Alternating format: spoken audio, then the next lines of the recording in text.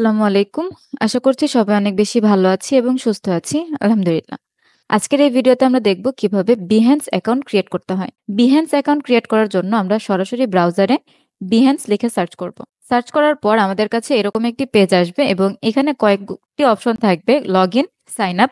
আমরা যদি অ্যাকাউন্ট থাকে তাহলে আমরা অলরেডি এখান থেকে লগইন করতে পারি। তবে আমাদের অ্যাকাউন্ট যদি না থাকে তো সেই ক্ষেত্রে আমরা এখানে সাইন আপে ক্লিক করব। সাইন আপে ক্লিক করার পর এখানে আমরা চাইলে ইমেল দিয়ে পাসওয়ার্ড দিয়ে কন্টিনিউ করতে পারি কিংবা আমরা চাইলে এখান থেকে ডিরেক্ট গুগল, ফেসবুক এগুলোর মাধ্যমে আমরা অ্যাকাউন্ট তৈরি করতে পারি। তো প্রথম অবস্থায় Behance অ্যাকাউন্টটা আমরা কন্টিনিউ গুগল থেকে করব, কারণ এখান থেকে করতে গেলে আমাদের বেশ কিছু ক্যাপচা আসে এবং সেগুলো ফিল আপ করতে একটু ঝামেলা হয়। তো সেই ক্ষেত্রে আমরা এখানে ডিরেক্ট গুগল সিলেক্ট করে দেব। সিলেক্ট করে দেওয়ার পর আমাদের ইমেলটা সিলেক্ট করতে বলবে, তো আমরা এখান থেকে আমাদের ইমেল সিলেক্ট করব, দেন কন্টিনিউতে ক্লিক করব। কন্টিনিউতে ক্লিক করার পর আমাদের অলরেডি জিমেলের যেই নাম ছিল সেই নামটা নিয়ে নিয়েছে, প্লাস আমাদের এখানে ডেট অফ বার্থ দিতে বলছে। আমরা এখান থেকে আমাদের ডেট অফ বার্থটা দিয়ে দিব। এরপর এখানে আমাদের ক্রিয়েট অ্যাকাউন্ট এখানে আমরা ক্রিয়েট করে দিব। ওকে, আমাদের অ্যাকাউন্ট ক্রিয়েট করা হয়ে গিয়েছে। দেন ওয়েলকাম টু Behance। আমরা এখানে মূলত কেন এসেছি, তো আমাদের প্রথম যে অপশনটা এটা আমরা সিলেক্ট করে দিব। তারপর আমাদের এখান থেকে আমাদের ইন্টারেস্টটা সিলেক্ট করতে বলবে, তো আমাদের এখান থেকে যে কোনো একটা ইন্টারেস্ট আমরা সিলেক্ট করে